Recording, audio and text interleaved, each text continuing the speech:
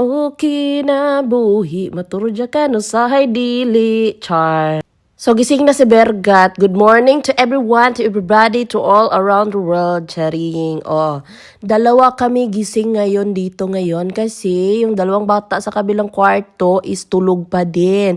Pero syempre may mas nauna sa amin gumising, si paring Stefano ninyo. Maaga talaga umaalis yun, mga pagising ko wala na siya, basta mag-goodbye, bye-bye na lang yun siya. Tapos uwi din naman siya ng medyo hapon na. So, ang gagawin namin is magtutupi muna kami ng aming higaan as usual, diba? Bago namin gisingin, dalang bata sa kabilang kwarto. So, tapos na ako niyan maghilamos. Yun talagang pinakauna kong gagawin. Maghilamos, mag-toothbrush, no? Mag-ayos ng aking mukha para pag tumingin ako sa salamin, ganado naman ako maglinis, day. Pagtingin ko sa salamin, tapos mukha akong bakit, day, tamad ako sa buhay ko, day. Maghiga ako buong araw niyan, kay tamad ako. Kaya pag nakita ko yung mukha ko maganda, sasabihin ko sa ko, maganda ka ngayon, day, kay maglinis ka. Ay, ginaa ka. Kadali ra ba? So, malipayon ko kay naa mi bed. So, dati kasi, nakahiga lang kami sa floor, yung foam, yung mattress namin sa sahig lang. So, ngayon, ang saya ko na kasi may bed na kami. O, diba? Ayan, kinuha ko na yung mga bote, mga didian ni Enzo. Dadalhin ko na dun sa lababo at hugasan na yan para mamaya malinis na talaga ang lahat.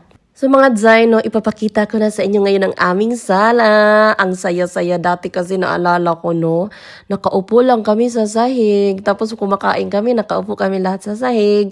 Pero tingnan mo naman, di ba? Tiis-tiis lang, basta marunong ka magtiis. Maganda ang resulta, o diba?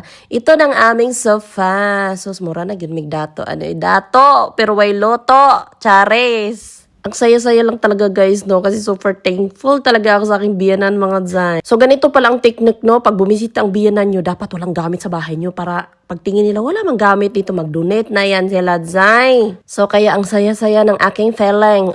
Ganon. So nag-donate yan sila Zay. Kaya wala dyan may gamit Zay.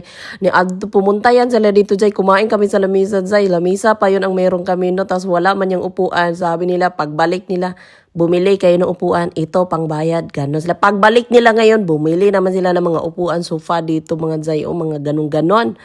So, ang nakakalungkot lang dito, no, hindi ko papakita yung buong sala namin kasi yung mga ceiling namin, nagmumoist siya sa lamig siguro yan, baka parang ganun, ewan ko ba? Pero okay lang yan, laban pa rin. So, gisingin ko na tong dalawang bata dito. Ay, pagpasok ko, gising na pala si Lucas, kaya bubuksan ko tong bintana nila. Iwan ko bakit itong turtol nila dito, nakabitay, kaluoy ba? Oy, so, ayan yung neighbors namin, guys, no? Bahay lang makita mo dyan, wala ka makitang tao dyan. Kaya iwan ko ba, bakit nagtatago? Yan sila buong araw dyan.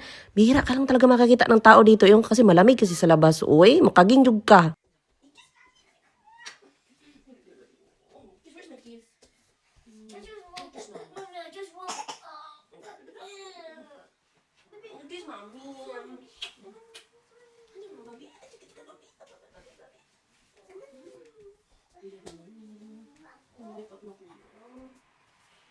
So, dapat kinikis pa rin natin tong batuta na to, guys, no? Kay, bahala na mag-away kami niyan everyday ni Lucas. Nag-aaway talaga kami niyan lagi. Iwan ko ba? Tapos, ang hirap niyang kaaway.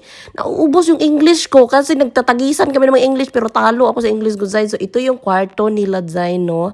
Yung bed na yan, bili din ng lola niya yan. So, okay ni ang akong subilanon. Salamat sa inyong pagsubaybay. And I thank you. Bye na, Isamo.